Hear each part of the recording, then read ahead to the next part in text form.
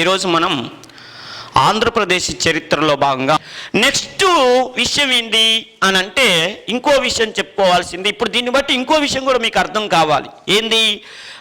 మౌర్యులకి మన ఆంధ్ర శాతవాళ్ళు మొదట సామంతులు అనే విషయం కూడా అర్థం కావట్లే. రేపు పరీక్షలు అడుగుతాడు, సింపుల్ విట్టు, ఆంధ్ర శాతవాళ్ళు మొదట ఎవరికి సామంతులు అంటారు అంటే మౌర్యులకి సామంతులు. ఎలా, దేన్ని బట్టి మనం చెప్తున్నాం అంటే ఇండికా గ్రంథం ద్వారా చెప్తున్నాం. ఇది కూడా ఇట్లా చెప్పుకోవడానికి అవకాశం ఉంటుంది. నెక్స్ట్ మరి ఇంకోటి విదేశీ సాహిత్యము ఆంధ్ర శాతవాళ్ళ గురించి ఏ పుస్తకం తెలియజేస్తుంది అంటాడు అంటే ఒకటి ఇండికా, రెండోది Periplus of the Erythraean Sea అనేటటువంటి గ్రంథం, Periplus of the Erythraean Sea. దీన్ని ఎర్ర సముద్రంపై ఒక దినచర్య. మరి ఈ పుస్తకాన్ని రాసింది ఎవరు అని అంటే పాపం గ్రీకు దేశం నుంచి ఒక రచయిత మన భారతదేశానికి వచ్చాడు. ఎక్కడి నుంచి వచ్చాడు? గ్రీకు దేశం నుంచి ఒక రచయిత మన భారతదేశానికి వచ్చాడు. వచ్చి ఆంధ్ర శాతవాహనులతో పాటు టోటల్ దక్షిణ భారతదేశ చరిత్ర మొత్తం పుస్తకం రాశాడు. రాసి ఆడు చేసిన చిన్న పొరపాటు ఏంటంటే రచయిత పేరు తర్వాత రాసుకుందాం అనుకుంటూ ఏమో మొత్తం బుక్కులో వివరాలన్నీ రాసుకొని ఫస్ట్ పేజీ మాత్రం తన పేరు రాసుకోకుండా షిప్ ఎక్కాడు. మళ్ళీ వాళ్ళ ఏరియాకి వెళ్ళిపోతాడు. గ్రీక్ దేశస్తుడు వెళ్ళిపోతున్నప్పుడు ఆ షిప్పు నీళ్ళలో మునిగిపోయింది. విచిత్రం ఏంటంటే వాడు ఆ పుస్తకాన్ని భద్రంగా ఒక బాక్స్లో దాచి ఉంటాడట్టుంది. టైటానిక్ షిప్ లాగా మొత్తం అది కుప్ప కూలిపోయింది. తర్వాత దాన్ని ప్రభుత్వం బయటికి తీపిచ్చి ఉంటుంది. అప్పుడు వెతికితే ఓ బాక్స్లో పుస్తకం దొరికింది. ఆ పుస్తకం ఓపెన్ చేస్తే మొత్తం అద్భుతమైనటువంటి ఇన్ఫర్మేషన్ ఉంది. అంటే టోటల్ ఆంధ్ర శాతవాళ్ళ చరిత్ర మొత్తం అద్భుతంగా ఎక్స్ప్లెయిన్ చేయడం జరిగింది. విచిత్రం ఏంటంటే కవర్ పేజీ మీద ఈ పుస్తకం ఎవరు రాసినరా అని చూస్తే రచయిత పేరు లేదు. అంటే ఇది ఒక అజ్ఞాత వ్యక్తి రాసినట్టు ఉంది వ్యవహారం. చూస్తేనేమో ఇన్ఫర్మేషన్ అద్భుతంగా ఉంది, రచయిత పేరు మాత్రం తాను రాసుకోలేదు అని చెప్పి అప్పుడు ఆ పుస్తకాన్ని విడుదల చేశారు. ప్రపంచానికి ప్రపంచానికి అందేటట్టు చేశారు. ఆ పుస్తకానికి ఏమని పేరు పెట్టారంటే Periplus of the Erythraean Sea అని పేరు పెట్టారు. దానికి ఎర్ర సముద్రంపై ఒక దినచర్య. మరి ఇప్పుడు ఇంతకీ ఆ పేరు ఏమని పెట్టాలి? పలానా వ్యక్తి పేరు పెడితే వాడు కాదుగా రాసింది, అందుకని ఎవడు రాసిందో తెలియదు కాబట్టి దీనికి రచయిత పేరు ఏం పెట్టారంటే ఓ అజ్ఞాత నావికుడు. ఎందుకు? వాడు నౌక మీద వెళ్తుండు కాబట్టి ఓ అజ్ఞాత, ఎవరో తెలియని వ్యక్తి కాబట్టి ఓ అజ్ఞాత నావికుడు అనేటటువంటి విషయం అర్థమవుతుంది. అర్థమైందా? Periplus of the Erythraean Sea, ఎర్ర సముద్రంపై ఒక దినచర్య. ఆ పుస్తకాన్ని ఓ అజ్ఞాత నావికుడు రాశారు. మరి ఈ పుస్తకంలో ఏముందయ్యా అంటే ఆంధ్ర శాతవాహనుల పరిపాలనా కాలంలో వాణిజ్య వ్యవహారాలు అంటే విదేశీ వ్యాపారానికి ఎలా ప్రాధాన్యత ఇచ్చారు అనే విషయాన్ని మొత్తాన్ని కూడా సమగ్రమైన సమాచారాన్ని అందిస్తున్నటువంటి గ్రంథం ఏదయ్యా అంటే అజ్ఞాత నావికుడు. ఏ అజ్ఞాత నావికుడు? ఈడే దేశస్థుడు, గ్రీకు దేశానికి చెందినవాడు. బహుశా నాకు తెలిసి ఈ ఇండికా గ్రంథం రాసిన మెగస్తనీస్ వచ్చిందని చెప్పి ఈడు కూడా వచ్చిండేమో. ఆ క్రెడిట్ అంతా మెగస్తనీస్కే దక్కుతుంది, నాకు ఇది దక్కకూడదు అని చెప్పి తెలుసుకోవటానికి వచ్చిండో ఏమో, నేను కూడా గ్రంథం రాద్దామని వచ్చిండో ఏమో. ఆడు చేసిన పని ఇది. మొత్తానికి ఓ అజ్ఞాత నావికుడిగా మన ఆంధ్రదేశ చరిత్రలో నిలిచిపోయాడు ఇతడు. నెక్స్ట్ మూడో గ్రంథం ఏంటంటే న్యాచురల్ హిస్టరీ అనేటటువంటి గ్రంథం ఆంధ్ర శాతవాళ్ళ గురించి సమగ్ర.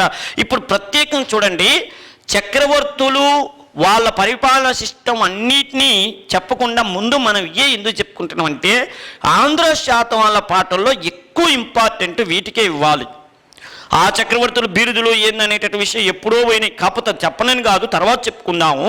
కాకపోతే ఇప్పుడు మనకి ఎగ్జామ్ పాయింట్ ఆఫ్లో ఎలా అడుగుతున్నారని బట్టి మనం లెసన్ చెప్పుకుందాం. ఫస్ట్ వీటి మీద మనకి ఒక నాలెడ్జ్ ఉండాలి. History, natural history. ఈ పుస్తకాన్ని రాసింది ఎవరంటే ప్లీనీ అనేవారు రాశాడు. న్యాచురల్ హిస్టరీ అనే పుస్తకాన్ని ప్లీనీ అనేవాడు రాశాడు. ఇంతకీ ప్లీనీ ఏ దేశస్థుడు? రోమ్ దేశస్థుడు. మనం ఇలా ఇటలీ అని చెప్పుకుంటున్న దాన్ని రోమ్ అంటారు కదా, ఈ రోమ్ దేశస్థుడు. ఈడు న్యాచురల్ హిస్టరీ అనే పుస్తకం రాశాడు. మరి ఈ పుస్తకంలో ఆంధ్ర శాతవాహనుల గురించి ఏ సమాచారం తెలుస్తుంది అని అంటే, ప్లీనీ తన గ్రంథంలో రాశాడు, ఆంధ్ర ప్రాంతంలో ఆంధ్ర శాతవాహనులు మా విదేశీ వ్యాపారం అంటే మా రోమ్ దేశంతో విస్తృతంగా వ్యాపారం చేసేవారు. ఎంత వ్యాపారం చేసేవాళ్ళంటే, ఆంధ్ర ప్రాంతంలో శాతవాహనులు పరిపాలన చేస్తున్నప్పుడు కోలికల శ్రేణి, కోరికలు కాదు, కోలికల శ్రేణి అంటే వృత్తి సంఘం. ఈ శ్రేణి అనే వృత్తి సంఘం కోలికల వృత్తి శ్రేణి. కోలికలు అంటే పద్మశాలీలు, బట్టలు నేసేవాళ్ళు, మగ్గాల మీద బట్టలు నేసే వాళ్ళని పద్మశాలీలని కోలికలు అనే పేరుతో పిలిచేవాళ్ళు ఆ రోజుల్లో. ఈ కోలికల శ్రేణికి సమాజంలో గౌరవ స్థానం ఉంది. ఎందుకు ఆంధ్ర శాతవాహనుల కాలంలో? ఎందుకంటే వీళ్ళు నేసేటటువంటి బట్టలు మా రోమ్ దేశంలో విస్తృతంగా అమ్ముడుపోయాయి.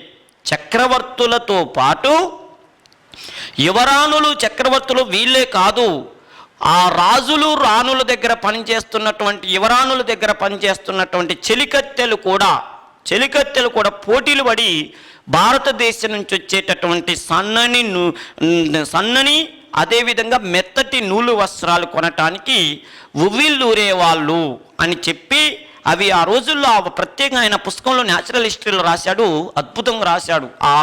ఆ బట్టలు భారతదేశం నుంచి ఆంధ్ర శాతవాహనుల దగ్గర నుంచి వచ్చేటటువంటి బట్టలు సెక్సీగా ఉండటం వలన ఆ బట్టలు వేసుకోవాలనేటటువంటి తహతతో మా రోమ్ దేశం వాళ్ళ స్త్రీలంతా కూడా పోటీపడి మా దేశ వస్త్రాలను పక్కన పెట్టి భారతదేశం ఆంధ్ర శాతవాహనుల వస్త్రాలను ఎక్కువగా కొనేవాళ్ళు. ఎందుకు? బాగా అందంగా కనపడతామని చెప్పి కొనేవాళ్ళు. అందుకని ఇక్కడ నాకు బాధేసే విషయం ఏంటంటే, వీళ్ళ వస్త్రాలు బాగుంటాయని వేసుకొని భారతదేశ వస్త్రాలను కొనటం వల్ల సుమారు 500 కోట్ల రూపాయల విలువైనటువంటి రోమ్ దేశ బంగారం అంతా కూడా ఆంధ్రదేశానికి, భారతదేశానికి పోయిందని చెప్పి వాపోయినటువంటి చరిత్రకారుడు ఎవరయ్యా అంటే ప్లీనీ. వాళ్ళ దేశానికి చెందిన బంగారం అంతా కూడా భారతదేశానికి వలసపోతుంది. ఎత్తపోయింది? వస్త్రాలు కొంటున్నారు కాబట్టి ఆ వస్త్రాలతో పాటు వస్తు మార్పిడి, బార్టర్ పద్ధతి ద్వారా వస్తు మార్పిడి ద్వారా వాళ్ళు వస్త్రాలు కొని మనకి బంగారం ఇచ్చేవాళ్ళంట. అట్లా ఎంత బంగారం? 500 కోట్ల రూపాయల బంగారం భారతదేశానికి వలసపోయిందని చెప్పి ప్రత్యేకంగా తాను బాధపడ్డాడు. ఎందుకు? మా దేశం ఎలా అభివృద్ధి చెందుద్దని చెప్పి బాధపడ్డాడు. ఈ స్టోరీ అంతా కూడా మనకి న్యాచురల్ హిస్టరీ అనేటువంటి పుస్తకంలో తెలుస్తుంది. నెక్స్ట్ 4వది గ్రంథం ఏదయ్యా అంటే ప్రత్యేకంగా అంటే టాలమీ అనేటటువంటి వాడు. ఈ టాలమీ అనేటటువంటి వాడు ఎవరయ్యా అంటే ప్రత్యేకంగా ఇటలీ దేశం నుంచి వచ్చాడు. వెనిస్ యాత్రికుడు అనేటువంటి ఈడు రాసినటువంటి పుస్తకం పేరు ఏంటంటే ద గైడ్ టు జాగ్రఫీ అనే పుస్తకం. ఈ పుస్తకం కూడా మనకి ఆంధ్ర శాతవాహనుల చరిత్రను తెలియజేయడానికి ఉపయోగపడుతుంది. ఎలా అంటే చూడండి, ఈ గైడ్ టు జాగ్రఫీ అనే పుస్తకంలో టాలమీ ఏ విషయాన్ని పొందుపరిచాడంటే, ప్రత్యేకంగా ఇక అసలు బట్టి పట్టాల్సిన విషయం ఏంటంటే ఓడరేవులు. ఆంధ్ర శాతవాహనుల పరిపాలనా కాలంలో ఏ ఓడరేవుల నుంచి ఎక్కువగా విదేశీ వ్యాపారం జరిగేది, ఏ ఓడరేవులకి చక్రవర్తులు ఎక్కువగా ప్రిఫరెన్స్ ఇచ్చారు, ఏవి అంతర్జాతీయ వ్యాపార కేంద్రాలుగా వర్తక రేవులుగా అభివృద్ధి చెందాయని చెప్పి సమగ్ర సమాచారం. ఓడరేవులు అంటే మీరు గైడ్ టు జాగ్రఫీ అనే పుస్తకం పేరు పెట్టాలి. ప్రత్యేకంగా దాంట్లో రాశాడు, ఆంధ్రదేశంలో మచిలీపట్నం, మైసోలియా అనేటటువంటి ప్రాంతం విదేశీ వ్యాపారానికి అద్భుతంగా డెవలప్ అయిందని చెప్పి దీంట్లోనే రాశాడు. ఆంధ్ర శాతవాహనుల కాలంలో తూర్పు తీరంలో మచిలీపట్నం అనేటటువంటిది, తూర్పు తీరంలో మచిలీపట్నం అనేటటువంటిది, పశ్చిమ తీరంలో బరూకచ్చం గుజరాత్లో ఉన్నటువంటి బరూకచ్చం అనేటటువంటి ప్రాంతం ప్రసిద్ధి చెందినటువంటి విషయాన్ని కూడా మనకి ఈ గైడ్ టు జాగ్రఫీ అనే పుస్తకం ద్వారా తెలుస్తుంది. ఓకేనండి, చూడండి, ఇండికా గ్రంథం, పెరిప్లస్ ఆఫ్ ద ఎరిత్రేసియన్ గ్రంథం, న్యాచురల్ హిస్టరీ గ్రంథం, టాలమీ రచించిన గ్రంథం. దీనితో పాటు తర్వాత కాలంలో రుద్రమ్మదేవి కాలంలో వచ్చినటువంటి ఎవరయ్యా అంటే మార్కో కాకతీయ రాజ్యాన్ని పరిపాలన చేసినటువంటి రుద్రమ్మదేవి పరిపాలనా కాలంలో వచ్చిన మార్కో పోలో రచన ద్వారా కూడా మనకి ఆంధ్ర శాతవాహన మార్కో పోలో ప్రత్యేకంగా ఆయన కూడా కొన్ని దేశాలు తిరిగి భారతదేశానికి సంబంధించినటువంటి పుస్తకాలు దాన్ని రాశాడు. ఆంధ్రదేశ చరిత్రను కూడా ప్రత్యేకంగా మెన్షన్ చేయడం జరిగింది. ఇవి మనకి దీనికి ఉపయోగపడుతున్నాయి. ఓకేనండి. మార్కో పోలో ప్రత్యేకంగా ఆంధ్రదేశ చరిత్ర గురించి కాదు, చాలా రాజ్యాల గురించి రాశాడు. ఆయన రాసిన పుస్తకం ట్రావెల్స్ అనేటువంటి పుస్తకంలో పర్యాటకం చేస్తూ ఆయా ప్రాంతాలను మనకి ప్రత్యేకంగా మనం కాకతీయుల పాటలో చెప్పుకుంటాం. రుద్రమ్మదేవి పరిపాలన చేస్తున్నప్పుడు మోటుపల్లి అనే ఓడరేవుని సందర్శించాడు. ఆ మోటుపల్లి ఓడరేవు గొప్పతనాన్ని గురించి కూడా తన ట్రావెల్స్ అనే గ్రంథంలో రాశాడంటారు. దాంతోపాటు గత చరిత్రను కూడా రాశాడు. నేను ఇందాకే చెప్పాను, ఒక చరిత్రకారుడు ఆ రాజవంశం పరిపాలన చేస్తున్నప్పుడే రావాల్సిన అవసరం లేదు. తర్వాత కాలంలో ఎప్పుడో వచ్చి కూడా గతం నాటికి చరిత్రను కూడా రాయటానికి అవకాశం ఉంటుంది. కాబట్టి ఆ పుస్తకంలో కూడా ప్రత్యేకంగా మెన్షన్ చేయడం జరిగింది. ఇవి మనకి ఆంధ్ర శాతవాహనుల గురించి సమగ్రమైనటువంటి సమాచారాన్ని అందిస్తున్నటువంటి విదేశీ సాహిత్యం. ఇప్పుడు చూడండి, మనకు ఒక ఐడియా వచ్చిందని నేను అనుకుంటున్నాను మీకు. ఎట్లా స్వదేశీ సాహిత్యము, విదేశీ సాహిత్యము మనకు ఉపయోగపడుతున్నాయి ఆంధ్ర చరిత్రకి. ఈ స్వదేశీ సాహిత్యంలో పర్టికులర్ గుర్తుపెట్టుకుని హాలుడి గాథా సప్తశతి గుర్తుంచుకోండి. మరి విదేశీ సాహిత్యంలో పర్టికులర్గా ఇండికా అనే గ్రంథం గుర్తుంచుకోండి. అవన్నీ మర్చిపోమ్మని కాదు, ముఖ్యమైనటువంటి ప్రత్యేకంగా న్యాచురల్ హిస్టరీ ప్రత్యేకంగా రోమ్ దేశస్థుడు ప్లీనీ రచించినట్టు కూడా మర్చిపోవద్దు. నెక్స్ట్ ఇప్పుడు మనం సాహిత్యం అయిపోయింది కదా, మరి మనం శాసనాల గురించి చెప్పుకుందాం. శాసనాలు, ఈ శాసనాలు ఆంధ్ర శాతవాహనుల గురించి ఏ శాసనాలు ప్రత్యేకంగా మెన్షన్ చేస్తున్నారు పర్టికులర్గా చూడండి. ఓ ముఖ్యమైన విషయం ఏంటంటే, అసలు శాసనాలు అంటే ఏంది అని అంటే, చక్రవర్తులు తమ విజయాలను కానీ లేదా ప్రజలకి ఏదైనా ఇన్ఫర్మేషన్ అందించాలంటే, ఏదైనా ప్రజలకి తన మనసులో ఉన్నటువంటి విషయాన్ని లేదా ప్రజల అభివృద్ధి కోసం చేపట్టే సంక్షేమ పథకాలను గురించి ప్రజలకి ఎక్స్ప్లెయిన్ చేయాలంటే, ఇలా ఎలక్ట్రానిక్ మీడియా ఉంది, ప్రింట్ మీడియా ఉంది, సామాజిక మాధ్యమాలు ఉన్నాయి, అదేవిధంగా బయట బోర్డుల మీద పెట్టుకోవటానికి ఫ్లెక్సీలు ఉన్నాయి. కానీ ఆ రోజుల్లో లేవు కదా. అందుకు మరి ప్రజలకి తన భావాన్ని ఎలా వ్యక్తం చేయాలి అని అంటే, రోడ్డు మీద ఎక్కడైనా మెయిన్ బజార్లలో ప్రత్యేకంగా పెద్ద పెద్ద బండరాలను పెట్టి ఆ బండరాల మీద అక్షరాలు రాసేవాళ్ళు. ఇవాళ చూడండి, మనకి రోడ్డు మీద ఫ్లెక్సీలు పడుతుంటాయి, ప్రభుత్వం పెట్టేటటువంటి పథకాలు ఉంటాయి.